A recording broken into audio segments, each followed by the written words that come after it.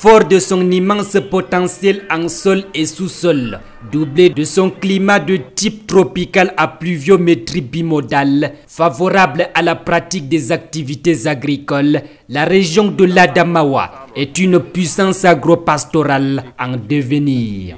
À côté de l'élevage bovin, dont la renommée dépasse largement les frontières nationales, la culture du maïs et de l'igname sont largement répandues. La culture du manioc, et nous avons constaté que la transformation du manioc avait beaucoup plus une plus-value, et d'où nous nous intéressions avec des maniocs de variétés améliorées, et ces variétés donnaient des rendements très hauts. La transformation posait tellement de problèmes, d'où on a mis en place des mécanismes de transformation locales.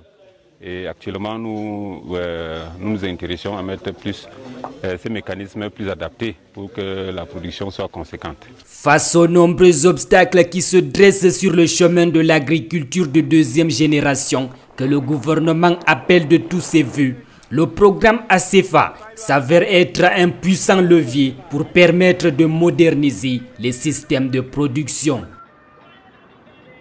Nous finançons des projets d'investissement productif, mais ce ne sont que des moyens. Et nous leur demandons rapidement de mettre en œuvre ces projets à la suite de ces financements. Et surtout de le réaliser rapidement pour que nous puissions opérationnaliser ces projets. Parce que ce sont ces projets, quand ils seront opérationnalisés, qui vont leur permettre d'abord de réduire la pénibilité du travail, d'augmenter leur production, leur productivité et leurs revenus. Mise à mal par l'absence d'installation de congélation et des machines de transformation, l'on assiste aujourd'hui à un début de mécanisation avec l'avènement de quelques sociétés locales qui mettent en conserve fruits et légumes. Avant, on avait trop de difficultés. On travaillait péniblement. On ne faisait pas de grands champs. Nous avons donc bénéficié d'un conseiller ACEFA qui nous a orientés jusqu'à ce que nous avons reçu le financement.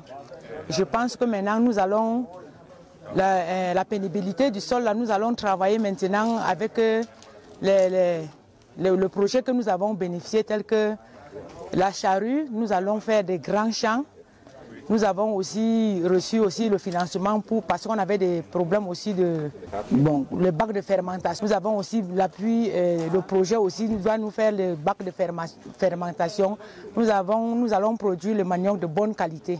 Les financements d'ACEFA sont encadrés par une batterie de mesures coercitives pour éviter les éventuels détournements des fonds. Le programme a mis sur pied un mécanisme de contrôle pour une utilisation optimale de ce financement.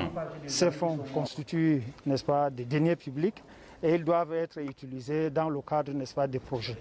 C'est toute déviance dans la gestion, n'est-ce pas, constituerait un détournement des deniers publics. Cette initiative du programme du développement destinée à mieux exploiter le potentiel du secteur agropastoral va à coup sûr contribuer au redémarrage de la production locale.